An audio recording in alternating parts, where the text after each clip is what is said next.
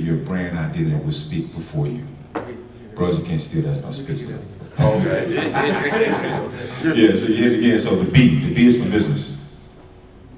The R is for relevant. You want to always remain relevant. Things shift. We're in a different environment now, right? You got to be ready to shift. Swift transitions. The A is for asset. Asset minus liabilities equals owner's equity, right? Old accounting principle. N is for network. Your network. These gentlemen here, Julio spoke about it. Dr. Dominique spoke about it. Your network. Surround yourself with the right people that can elevate you and take you up and hold you accountable. And the D is for development, continuous development, gentlemen. Continuous development. I promise I'm gonna be real quick. I just wanna add this caveat to what they were saying, and I want you all to remember who you are, and I also want you to remember whose you are. Yes. It's very important to be honest and real with yourselves about who you are, because every one of you all that's sitting in here has been created for a purpose. Sometimes we find and discover our purpose early in life, and sometimes as life would have it, the vicissitudes of life would happen, and things would shift, and your purpose would change.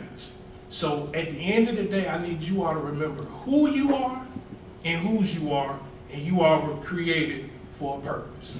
That's good stuff. Jesse, real quick, so you're a football coach, so let's talk about sports and your major. You know, so who are you outside of your major in the sport that you play? So in order to answer that question, and I'm gonna kill this real quick with just something real simple, okay? First of all, football or any sport that you play is not who you are, it's what you do. And a lot of times young men come onto a campus because they got a scholarship to play a sport, they think that's who they are. See, God is way more sovereign than that. Yes. All he did was give you a gift. Now here's the problem. 90% of the people that walk onto an institutional campus don't know what their gift is. And what's shallow about it is that most athletes think it's football.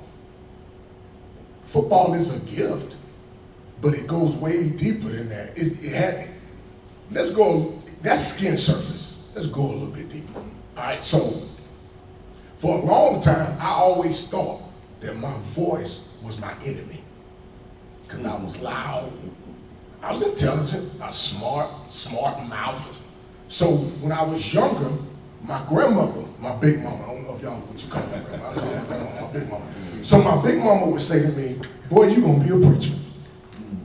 So she's speaking stuff into me that she saw. Has anybody in here as an athlete ever been told by a coach or teacher, boy, I see more in you see in yourself? All of us have had somebody say that to us. And when people say that to us, it's because you can't see yourself. That's good. See, you need mirrors. That's real good. Come on, sir. So this is what we are. So I can look at a lot of you and tell, God, they're weight, you know? But when people who inherently raise you speak stuff in you, here's where we're failing children in education. We want to teach them a curriculum, but we don't want to teach them who they are. Math, English, science, social studies, foreign language, all that's good. But what about who you really are? So when I decided to take a major, I was going to do what my mother asked me to do. My sister's an attorney in Augusta, and my mother wanted me to be an attorney. But you know what I really wanted to do? I wanted to be a teacher, because my mother was an English teacher. It wasn't because I was worrying about money. I saw her gift through children.